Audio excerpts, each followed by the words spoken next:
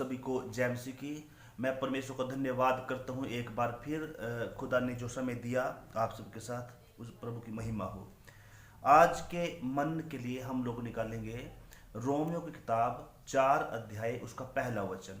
Romeo की किताब 4 अध्याय उसका पहला वचन में इस प्रकार से लिखा है, इसलिए हम क्या कहें, हमारे जो शारीरिक पिता अब्राहम को क्या प्राप्त हुआ। यहाँ पर लिखा है कि पौलुस कहता है कि इसलिए हम क्या कहें कि हमारे शारीरिक पिता अब्राहम को क्या प्राप्त हुआ। तो अब्राहम के बारे में कहता है कि जो हमारा शारीरिक पिता है इब्राहिम को परमेश्वर से क्या प्राप्त हुआ, उस पर हम मनन करें, उस पर हम ध्यान करें। और हम जो हैं अब्राहम को क्या प्राप्त हुआ, ये एक क्वेश्चन है, क्या प्राप्त हुआ।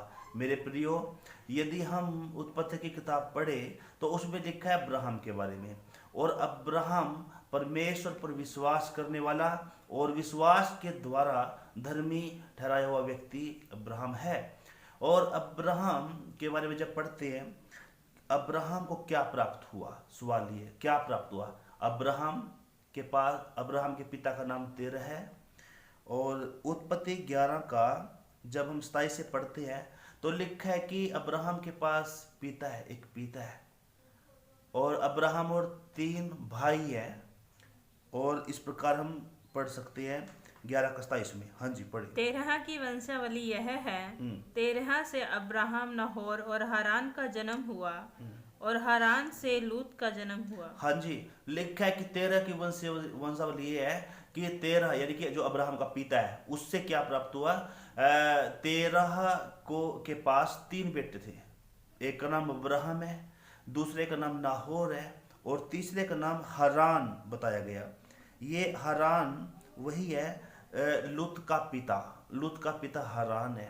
और ये सब मिला के रहते थे कसदियों के ऊर नगर में। ऊर नगर में ये लोग रहने वाले थे। तो लिखा है, आगे वचन में पढ़ते हैं कि जो लूत का पिता हारान है वो कुछ समय पश्चात मर गया, उसको ऊर में ही मिट्टी दी गई।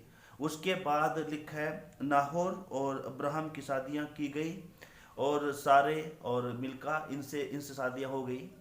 और शादी होने के बाद, और जब ये हरान ऊर में जब ये लोग थे तो लिखा वचन में इस प्रकार से लिखा है 31 वचन में। हाँ जी, तेरह अपने पुत्र अब्राहम और अपने पोते लूत जो हारान का पुत्र था, और अपनी बहू साराय जो उसके पुत्र अब्राहम की पत्नी थी, इन सबों को लेकर कसीदियों के ऊर नगर से निकलकर कनान देश जाने को चला, पर हारान नामक देश में पहुंचकर वहीं रहने लगा। हाँ, 13 के बारे में लिखा है कि 13 यानी कि जो अब्राहम का पिता था, अब्राहम को लेकर, अब्राहम की पत्नी सारे को लेकर, और जो भतीजा लूत है उसको लेकर कनान की तरफ चल दिया। पर कनान जब गया तो कनान के मतलब कनान नहीं पहुंचा, हरान में ही रहना शुरू कर दिया। तो पहले रहते थे ऊर में, कसदियों के ऊर में, वहां से कनान की तरफ निकले पर कनान में नहीं पहुंचे, और बीच में हरान में रहना शुरू कर दिया। और वहां पर 13 की भी डेथ हो जाती है, उसको वहां पर मिट्टी दी जाती है हरान के अंदर। कुछ दिन पश्चात यहोवा फिर से दर्शन देकर अब्राहम से बात करता है, और अब्राहम से जब बातें किया तो अब 12 का 1 में लिखा है, तब यहोवा का यह वचन अब्राहम में दर्शन के पास पहुंचा। हाँ जी, पढ़े। यहोवा ने अब्राहम से कहा, यहोवा ने दर्शन में अब्राहम से कहा। हाँ जी, अपने देश और अपने कुटुंबियों और अपने पिता के घर को छोड़कर, हाँ, ये सारी जगह छोड़कर उस देश में चला जा जो मैं तुझे दिखाऊंगा। यदि तू मेरी बात मानेगा, चलेगा, तो वचन में लिखा है कि तू महान होगा, और बहुत सारे आशीष वहां पर उसके बारे में लिखा है। तो मेरे प्रियो, सवाल ये है, हमारे पिता अब्राहम को क्या प्राप्त हुआ।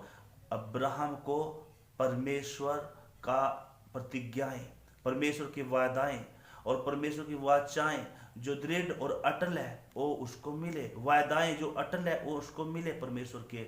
और लिखा है जैसे ही अब्राहम ने उसके वायदे लिए और उसकी परमेश्वर की आवाज सुना, और लिखा है परमेश्वर की बात मानकर अब्राहम चलता गया। और जब चलते गए तो लिखा है जहां जहां भी अब्राहम गया परमेश्वर ने उसको सफलता दिया। और उसके भेड़ बकरियां बढ़ते गए। सूखी जगह मिली तो हरियाली परमेश्वर ने दिया। यदि युद्ध की कोई बात आई तो भी युद्ध के समय भी उसको जयवंत हुआ है, सामर्थ्य रहा। अब्राहम को क्या प्राप्त हुआ, ये सवाल। अब्राहम को जहां जहां अब्राहम गया आशीष प्राप्त हुई, जयवंतता उसे मिली, सफलता उसे मिली। जिस काम में हाथ लगाया आशीष मिला है अब्राहम को। और अब्राहम के कारण लूत भी बचाए गए, और अब्राहम के कारण दासी का जो पुत्र था उस पर भी आशीष कहा कि उसके कारण ये जाति बनेगी। और 21 का 13 में लिखा ये बात कि उसके कारण, अब्राहम के ही कारण आशीष मिला। और बाद में परमेश्वर ने उस पर बहुत सारे उपकार भी किए, यहाँ तक कि अब्राहम ने परमेश्वर का ही नाम ऊंचा करता गया। बहुत सारे आशीर्वाद उसको मिले। आज अगर हम देखते पीछे मुड़कर, अब्राहम को जो 3 टॉप कास्टें धर्म है वो मानते हैं। यहूदी लोग अब्राहम को मानते हैं, मुस्लिम भी और क्रिश्चियन, तीनों मिला के मानते हैं। इसके अलावा दुनिया में और भी बहुत सारे लोग हैं जो अब्राहम को मानते भी हैं। हालेलुया, परमेश्वर का धन्यवाद हो। अब्राहम को आदर सम्मान, जितने वायदाएं परमेश्वर ने दिया वो सब कुछ उसकी जिंदगी में पूरा हुआ, और आज तक भी उसकी पीढ़ियों पर पूरा होता है। और प्रभु का धन्यवाद हो, यीशु मसीह भी उसी पीढ़ी में जन्म लिया, उद्धारकर्ता भी उसके वंश में से ही आया। तो प्रभु का धन्यवाद हो, अब्राहम को जितना वायदाएं दिया, जितना प्रोमिस किया परमेश्वर ने, सब कुछ पूरा किया है। मेरे प्रियो, अब्राहम का परमेश्वर हमारे साथ है, अब्राहम का खुदा हमारे साथ है। यदि अब्राहम की जिंदगी पूरा किया तो वो खुदा हमारी जिंदगी में भी अपने वायदाओं को भी देकर पूरा करने वाला जीवित परमेश्वर है। वो ना कभी छोड़ने वाला, ना कभी त्यागने वाला खुदा है। हम उसके साथ रहें, उसकी महिमा करते जाएं। तो परमेश्वर इन वचनों द्वारा आशीष करे, अनुग्रह करे। छोटी सी दुआ करेंगे।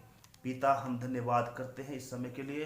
खुदा, ये वचन सुनने वाला हर एक व्यक्ति पिता वो अब्राहम के परमेश्वर को मानने के लिए तैयार रहे, और प्रभु उद्धारकर्ता को मानने के लिए तैयार रहे। पिता, आप आशीष करें। सच्चा और जीवित परमेश्वर, सूर्य चांद तारों को बनाने वाला, चमकाने वाला परमेश्वर, अब्राहम का परमेश्वर, हम आपका धन्यवाद करते हैं। स्वर्गीय पिता, आप आशीष करें, अनुग्रह करें। ये वचनों के द्वारा बात करना, ब्लेस करें। यीशु नाम से मांगते हैं, आमीन। सबको जय मसीह की। बाय।